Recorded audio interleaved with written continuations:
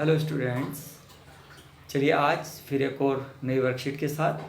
आज की worksheet Europe में राष्ट्रवाद पार्ट 3। तो सब बच्चों अपनी वर्कशीट निकाल लो। आइए अब हम वर्कशीट यूरोप में राष्ट्रवाद। विद्यार्थियों, ये हमारी तीसरी वर्कशीट है। इसमें हम नेपोलियन के बाद में क्या क्या परिवर्तन हुए, 1815 की वियना की संधि, उसकी विशेषता, मेटरनिक और जूसेपे मैस्नी, इनके बारे में जानेंगे। तो शुरू करते हैं। 1815 के उपरांत यूरोप में रूढ़िवाद। 1815 के बाद यूरोप में क्या हुआ? रूढ़िवाद जो है तेजी से पनपने लगा। 1815 में नेपोलियन की हार के उपरांत यूरोप की सरकारों का झुकाव पुनः रूढ़िवाद की तरफ बढ़ गया। अपनी राजनीतिक विचारधारा के अनुरूप रूढ़िवादियों ने स्थापित संस्थाओं, रीति रिवाजों, परंपराओं को मान्यता दी एवं तीव्र परिवर्तन के स्थान पर क्रमिक विकास पर जोर दिया। इस परिप्रेक्ष्य में एक शिखर सम्मेलन, जिसे कांग्रेस कहा गया, का आयोजन वियना में किया गया। इस कांग्रेस का आयोजन ऑस्ट्रियन चांसलर ड्यूक मेटरनिक ने किया। इस कांग्रेस में वियना संधि पर हस्ताक्षर किए गए।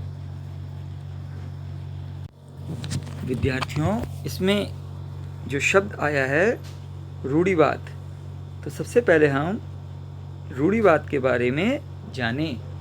रूढ़िवाद क्या चीज़ है? रूढ़िवाद जो है उसकी परिभाषा हम ऐसे दे सकते हैं कि ऐसा राजनीतिक दर्शन जो परंपरा, स्थापित संस्थानों और रीति रिवाजों पर जोर देता है और तेज बदलावों के बजाय क्रमिक और धीरे धीरे विकास को प्राथमिकता देता है, रूढ़िवाद कहलाता है।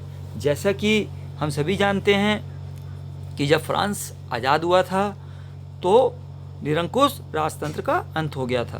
फ्रांसीसी क्रांति से राजनीतिक और संवैधानिक बदलाव हुए थे। प्रभु सत्ता राजतंत्र से निकलकर फ्रांसीसी नागरिकों के हाथों में आ गई थी। एक नए राष्ट्र राज्य का गठन हुआ था। सामूहिक पहचान की भावना विकसित हुई थी और विशेषाधिकार समाप्त कर दिए गए थे। प्रजातांत्रिक और समाजवाद की अवधारणा का विकास भी हुआ था। कानून के समक्ष सबको बराबर समझा गया था। लेकिन हुआ क्या कि जब 1815 में नेपोलियन की जब हार होती है, तो ये जो भी विचार 1757 की फ्रांस की क्रांति के बाद उपजे थे, नई नई अवधारणा उपजी थी, वो सब जो विचार थे वो उसका खंडन किया गया और फिर से रूढ़िवादी विचारधारा तेजी से बढ़ने लगी थी। रूढ़िवादी विचारधारा जो है वो क्या है? जो पुरानी विचारधाराओं को मानते हैं कि जैसे विशेषाधिकार जो है वो बने रहने चाहिए, फिर से जो है निरंकुश शासन कायम हो जाना, क्या कहते हैं इसको, प्रजातांत्रिक और समाजवाद की जो अवधारणा है वो हट जानी चाहिए और राजतंत्र का फिर से विकास होना चाहिए। तो ये सारी जो इस तरीके की जो विचारधाराएं थी, ये सारी रूढ़िवादी विचारधारा के अंतर्गत आती है। तो नेपोलियन की हार के बाद ये सारे रूढ़िवादी विचारधारा तेजी से पनपने लगी थी। उसके बाद में इसी क्रम में विद्यार्थियों जो है 1815 की वियना की संधि होती है। तो इसके बारे में सबसे पहले मैं आपको विस्तृत रूप से बताता हूँ। 1815 में ब्रिटेन, रूस, प्रशा और ऑस्ट्रिया जैसी यूरोपीय शक्तियों, जिन्होंने मिलकर नेपोलियन को हराया था, के प्रतिनिधि यूरोप के लिए एक समझौता तैयार करने के लिए वियना में मिले। इस सम्मेलन की मेजबानी ऑस्ट्रिया के चांसलर ड्यूक मेटरनिक ने की थी। ये ड्यूक मेटरनिक है। इसमें प्रतिनिधियों ने 1815 की वियना संधि तैयार की थी, जिसका उद्देश्य उन सारे बदलावों को खत्म करना था जो नेपोलियन के दौर में हुए थे, नेपोलियन युद्धों के दौरान हुए थे। फ्रांसीसी क्रांति के दौरान हटाए गए ब्रुआ वंश को सत्ता में फिर से बहाल करने की बात इसमें कही गई थी। फ्रांस ने उन इलाकों को खो दिया जिन पर कब्जा उसने नेपोलियन के अधीन किया था। फ्रांस की सीमाओं पर कई राज्य कायम किए गए ताकि भविष्य में फ्रांस विस्तार न कर सके। तो ये जो चीज़ें थी, ये क्या थी, वियना की संधि में उभर कर आई। ये देखिए, इसमें इसकी विशेषताएं भी लिखी हुई है। फ्रांस के में ब्रुआ राजवंश की पुनर्स्थापना, इसका मुख्य उद्देश्य यूरोप में एक नई रूढ़िवादी व्यवस्था कायम करना था। फ्रांस ने उन इलाकों पर से आधिपत्य खो दिया जो उसने नेपोलियन के समय जीते थे। फ्रांस के सीमा विस्तार पर रोक के हेतु नए राज्यों की स्थापना, ये सारे जो हैं वियना संधि की विशेषता है। इसके बाद में हम मेटरनिक की बात करते हैं। ये जो मेटरनिक है, ये जो हैं ये रूढ़िवादी विचारधारा के प्रबल समर्थक थे। तो इनका जन्म 15 मई 1773 को हुआ। वे ऑस्ट्रिया के चांसलर थे। 1814 से 1848 तक के काल में इन्होंने यूरोप की राजनीति में महत्वपूर्ण भूमिका निभाई। यूरोप के राजनीतिक हालातों पर टिप्पणी करते हुए इन्होंने कहा था कि यदि फ्रांस छींकता है तो पूरे यूरोप को जुकाम हो जाता है। बेटा, ये जो इनका कथन है ये बहुत ही महत्वपूर्ण कथन है और इससे संबंधित अक्सर प्रश्न आ जाते हैं। वियना संधि में इनकी महत्वपूर्ण भूमिका थी, क्योंकि वियना संधि जो 1815 में हुई थी उसकी मेज़बानी मेटरनिक ने ही की थी। नेपोलियन युद्ध के बाद यूरोप की पुनर्रचना एवं पुराने राजतंत्र रूढ़िवादी तंत्र की पुनर्स्थापना में उन्होंने सक्रिय भूमिका निभाई थी। तो ये जो मेटरनिक थे, तो ये पुरानी विचारधारा के प्रबल समर्थक थे। वियना की संधि में इन्होंने मेजबानी की और ये सारे बदलावों को खत्म करने का इन्होंने प्रयास किया जो नेपोलियन सत्ता के समय नेपोलियन ने बहाल किए थे। विशेषाधिकार का जो अधिकार है ये चाहते थे पुनः बहाल हो जाए, राजतंत्र फिर से कायम हो, राज्य और समाज द्वारा बनाई गई पुरानी मान्यताएं जो प्राचीन समय में चली आ रही थी, राजतंत्र, तानाशाही, विशेषाधिकार, इस तरीके के, तो वह फिर से कायम हो। राजतंत्र, चर्च की सत्ता, सामाजिक ऊंच नीच के नियम फिर से लागू हो। मेटरनिक की ये सब विचारधारा है जिसको हम रूढ़िवादी विचारधारा कहते हैं। इसमें आगे देखिए कि ये निरंकुश शासन जो व्यवस्था थी उसके समर्थक थे और वे आलोचना और असहमति को बर्दाश्त नहीं करते थे। यानी कोई भी अगर शासन के आलोचना करे या असहमति व्यक्त करे तो वो उसको बर्दाश्त नहीं करते थे।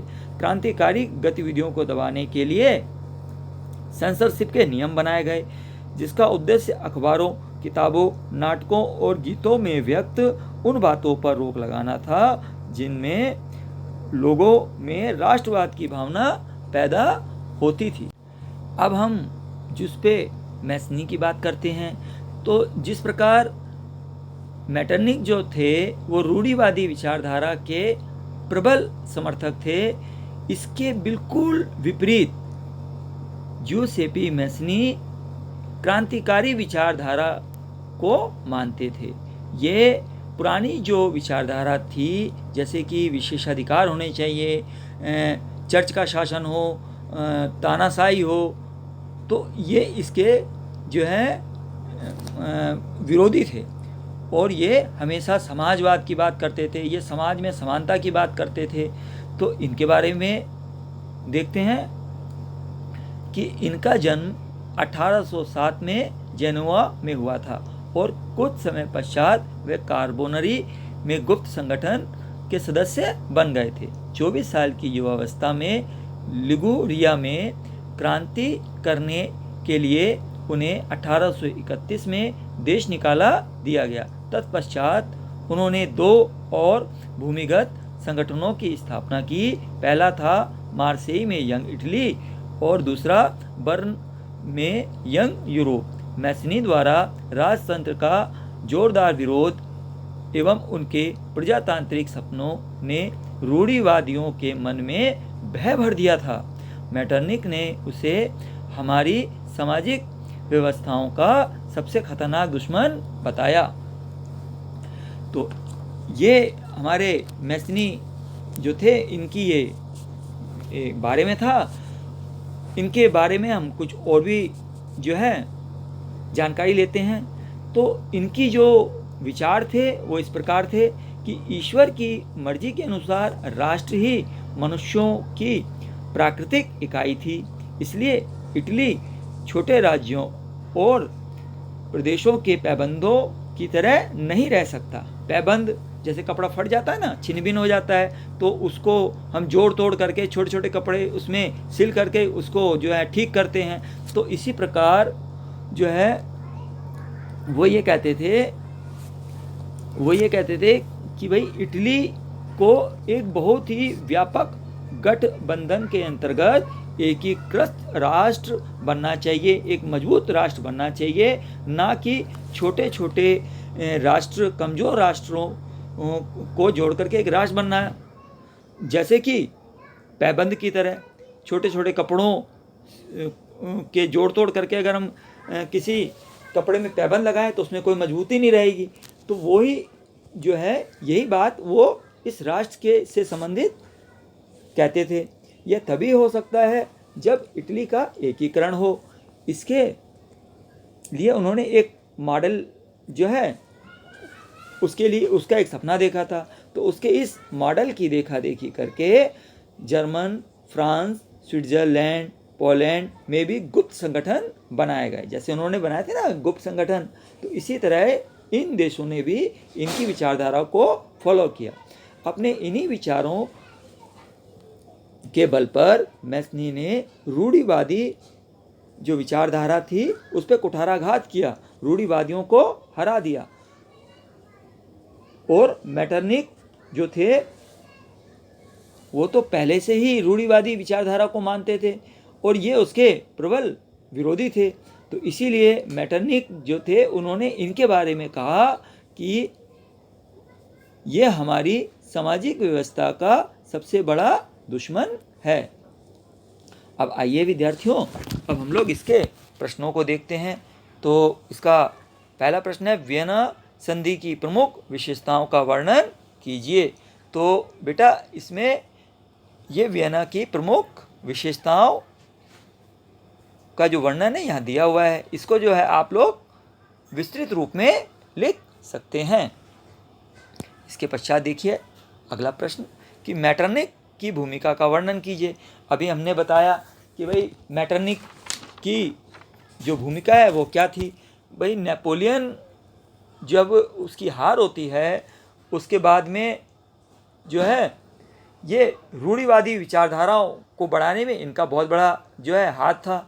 उसके बाद 1815 की वियना की जो संधि हुई थी उसकी मेज़बानी ड्यूक मेटरनिक ने की थी। इस कांग्रेस का आयोजन ऑस्ट्रियन चांसलर ड्यूक मेटरनिक ने किया था।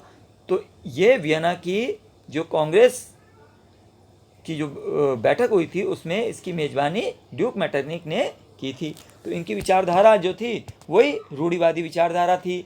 ये जो है क्या कहते हैं, चाहते थे राजतंत्र फिर से कायम हो जाए, राज्य और समाज द्वारा बनाई गई पुरानी मान्यता फिर से कायम हो जाए, राजतंत्र, चर्च की सत्ता, समाज में ऊंच नीच के नियम फिर से लागू हो जाएं, है ना, निरंकुश शासन व्यवस्था हो और उसकी आलोचना और असहमति जो भी करे उसको दंडित किया जाए। तो आलोचना और असहमति के को ये बर्दाश्त नहीं करते थे। क्रांतिकारी गतिविधियों को दबाने के लिए सेंसरशिप के नियम बनाए जाएं, जिसका उद्देश्य अखबारों, किताबों, नाटकों, गीतों में व्यक्त उन बातों पर रोक लगाना जिससे कि लोगों में राष्ट्रवाद की भावना पैदा ना हो सके और रूढ़िवादी परंपरा तेजी से पनपे। तो ये विचारधारा किनकी थी? ये ड्यूक मैटरनिक की थी। तो ये जो प्रश्न है ड्यूक मैटरनिक की भूमिका का वर्णन कीजिए, ये सारी बातें इसमें आएगी। आगे देखिए आगे क्या कहते हैं। मैटरनिक ने ज्यूसेपी मैसनी को हमारी सामाजिक व्यवस्था का सबसे खतरनाक दुश्मन क्यों माना? वह किस सामाजिक व्यवस्था की बात कर रहे थे?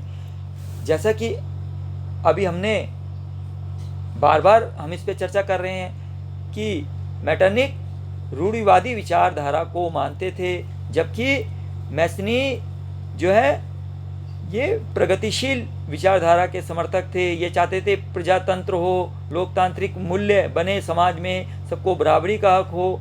तो इन दोनों के विचारों में जबरदस्त विरोधाभास था।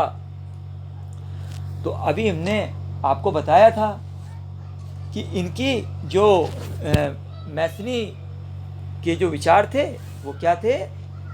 एक बार दोबारा से मैं आपको बता देता हूँ कि जैसे कि इसमें इन्होंने आपके इसमें दिया हुआ भी है कि इन्होंने दो भूमिगत संगठनों की स्थापना की थी, यंग इटली और यंग यूरोप। फिर मैसनी द्वारा राजतंत्र पर जोरदार विरोध और उसके प्रजातांत्रिक सपनों ने रूढ़िवादियों के मन में भय पैदा कर दिया था। यानी ये जो चाहते थे इसके विपरीत ये थे। तो इनकी विचारधारा ने इनके विचारधारा पर कुठाराघात किया। तो इन्होंने जो ज्यूसेपी मैसनी है, इन्होंने कहा था कि ईश्वर की मर्जी के अनुसार राष्ट्र ही मनुष्यों की प्राकृतिक इकाई थी। इसलिए इटली छोटे राज्यों और प्रदेशों के पैबंद की तरह नहीं रह सकता। उसे एक मजबूत राष्ट्र बनना होगा और यह तभी हो सकता है जब इटली का एकीकरण हो। और उसके इसी मॉडल पर चलकर बहुत सारे देश थे जैसे जर्मन, फ्रांस, स्विट्जरलैंड, पोलैंड, उन्होंने भी गुप्त संगठन बनाए। अपने इन्हीं विचारों के बल पर मैसनी ने रूढ़िवादियों को हरा दिया था। तो मैटरनिक जो थे वो रूढ़िवाद के प्रबल समर्थक थे। इसलिए मैटरनिक ने मैसनी के बारे में कहा था कि यह हमारी सामाजिक व्यवस्था का सबसे खतरनाक दुश्मन है। उसके बाद में अगला हम प्रश्न देखते हैं बच्चों कि नेपोलियन युग के उपरांत यूरोप में क्या परिवर्तन हुए। ये देखिए सबसे ऊपर दिया हुआ है। तो जैसे कि आपको मालूम है कि भाई जब नेपोलियन का जब साम्राज्य था 1804 में नेपोलियन संहिता उन्होंने लागू की। बहुत सारे उन्होंने जो है अच्छे कानून बनाए थे, विशेषाधिकार समाप्त कर दिए थे, कानून के समक्ष सबको बराबरी का हक होगा और क्या कहते हैं सामंती व्यवस्था जो है वह खत्म की जाएगी, किसानों को भू दासत्व से मुक्ति, सामंती व्यवस्था समाप्त की जाएगी, संचार व्यवस्था जो है वो दुरुस्त की गई, एक समान माप तोल की पद्धति विकसित की गई। ये सब कब हुआ था? 1804 में नेपोलियन जब राज्य शासन चला रहे थे तो उन्होंने 1804 में नेपोलियन संहिता लागू की थी। लेकिन उनकी जब हार होती है 1815 में तो उनकी इन सभी विचारधाराओं को समाप्त कर दिया था। तो ये जितनी भी जो इसमें बातें दी हुई हैं ये सारी की सारी जो चीज़ें हैं ये आप अपने प्रश्न के उत्तर में लिखेंगे कि रूढ़िवादी जो विचारधारा है वे तेज़ी से पनपी। फिर वियना की संधि हुई, उसके अंदर जो है इन सभी जो ये जो बातें हैं ये सारी उसमें की गई। तो ये सारी की सारी चीज़ें आप अपने प्रश्न के उत्तर में लिखेंगे। तो विद्यार्थियों, कल फिर हम दोबारा से एक नई वर्कशीट के साथ मिलेंगे। तब तक के लिए आपका धन्यवाद।